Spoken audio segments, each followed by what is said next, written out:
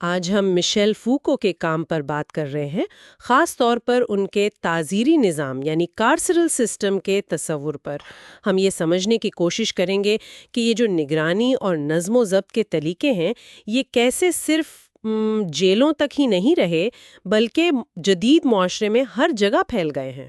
جی بالکل، اور فوکو کے اس تجزیے کو سمجھنے کے لیے فرانس میں ایک ادارہ تھا میترے۔ میترے۔ اس سے یہ واضح ہوتا ہے کہ نظم و ضبط کی یہ جو ٹیکنیکیں تھی جو بظاہر صرف مجرموں کے لیے لگتی ہیں، وہ اصل میں کیسے افراد کے رویوں کو بنانے اور کنٹرول کرنے کا ایک بڑا نظام بناتی ہیں۔ اچھا، تو آپ یہ کہہ رہے ہیں کہ فوکو کے لیے اس تعزیری نظام کا جو اصل موڑ تھا وہ کوئی قانون نہیں تھا بلکہ 1840 میں میترے کا کھلنا تھا۔ یہ تو دلچسپ بات ہے۔ میترے میں ایسا کیا تھا؟ دیکھیں، خاص بات یہ تھی کہ میترے جو تھا وہ نظم و ضبط کی ایک، آپ کہہ لیں، انتہا تھا، ایک مکمل شکل۔ وہ صرف قید خانہ نہیں تھا، تو پھر کیا تھا؟ وہ ایک چھوٹی سی پوری طرح کنٹرولڈ سوسائٹی تھی۔ وہاں قیدیوں کو چھوٹے چھوٹے گروپس میں بانٹا گیا تھا، اور ہر گروپ بے وقت 5 الگ الگ ماڈلز پر چل رہا تھا۔ 5 ماڈلز؟ وہ کون سے؟ جی، ایک تو خاندان کا ماڈل، جیسے ہر گروپ میں بھائی ہوتے تھے اور ایک بڑا بھائی۔ پھر فوج کا ماڈل، روز کی فوجی مشقیں، سخت ڈسپلن۔ اچھا۔ پھر ورک شاپ کا ماڈل تھا، یعنی کام کی نگرانی، پابندی۔ اسکول بھی تھا، روزانہ کچھ وقت تعلیم کے لیے، اور یہاں تک کہ ایک عدالتی نظام بھی تھا وہیں پر۔ مطلب روزانہ کی بنیاد پر؟ جی، روزانہ چھوٹی چھوٹی غلطیوں پر بھی باقاعدہ انصاف ہوتا تھا، سزائیں ملتی تھیں، قید تنہائی تک۔ تو مقصد صرف سزا دینا نہیں تھا۔ تو پھر مقصد کیا تھا؟ مقصد تھا، فوکو کے الفاظ میں، ایسے لوگ تیار کرنا جو فرما بردار اور قابل استعمال ہو۔ وہاں جو لوگ کام کرتے تھے، منتظمین، وہ خود کو رویوں کے تکنیکی ماہر سمجھتے تھے۔ ان کا کام تھا افراد کی اصلاح کرنا۔ اور یہ سب ظاہر مسلسل نگرانی میں ہوتا ہوگا۔ میں نے پڑھا تھا کہ دیواروں پر لکھا ہوتا تھا، خدا تمہیں دیکھ رہا ہے۔ یہ تو کافی شدید ماحول لگتا ہے۔ بالکل، بہت شدید، اور یہی فوکو کا مرکزی نقطہ ہے۔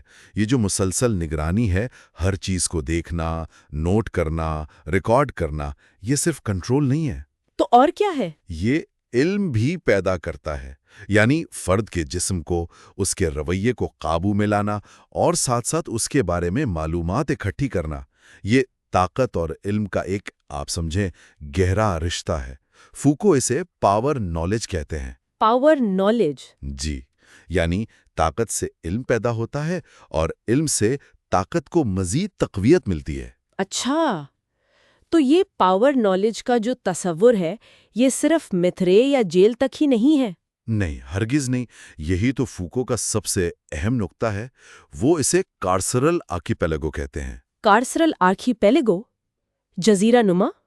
جی، مطلب یہ صرف جیل کی عمارت نہیں ہے، یہ اصلاح گاہیں، یتیم خانے، اسکول، فیکٹریاں، ہسپتال، یہاں تک کہ خیراتی ادارے، ان سب کا ایک پورا جال ہے جو معاشرے میں پھیلا ہوا ہے۔ اچھا۔ اور یہ تمام ادارے کسی نہ کسی شکل میں یہی نظم و ضبط، نگرانی اور درجہ بندی کے اصول استعمال کرتے ہیں۔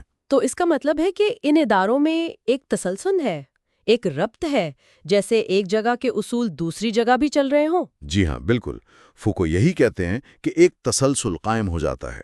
چھوٹی سی بے قاعدگی، جیسے کوئی اسکول دیر سے آیا، وہاں سے لے کر بڑے جرم تک، سب اسی ایک بڑے نظم و ضبط کے نظام کا حصہ بن جاتے ہیں۔ اور اس نظام کو چلانے والے صرف پولیس یا جیلر نہیں ہیں؟ نہیں، اساتذہ ہیں، ڈاکٹر ہیں، سماجی کارکن ہیں، منتظمین ہیں۔ یہ سب فوکو کے مطابق نارمیلٹی کے جج بن جاتے ہیں۔ نارمیلٹی کے جج؟ جی، وہ مسلسل دیکھتے ہیں، پرکھتے ہیں، درجہ بندی کرتے ہیں۔ وہ یہ طے کرتے ہیں کہ نارمل رویہ کیا ہے اور کیا نہیں۔ یہ عمل نارملائزیشن کہلاتا ہے۔ نارملائزیشن یعنی ایک معیار بنا کر سب کو اس پر لانے کی کوشش۔ بالکل۔ تو سزا دینے کا عمل خود نارمل ہو جاتا ہے۔ جی ہاں۔ اور توجہ جرم کی نوعیت سے ہٹ کر اس بات پر چلی جاتی ہے کہ کون معمول سے ہٹ رہا ہے۔ ڈیویشن۔ یہ بات تو سمجھ میں آتی ہے، لیکن فوکو یہ بھی کہتے ہیں کہ یہ نظام خود مجرم کو پیدا کرتا ہے۔ یہ بات تھوڑی پیچیدہ لگتی ہے۔ کیا مطلب کہ لوگ خود جرم نہیں کرتے؟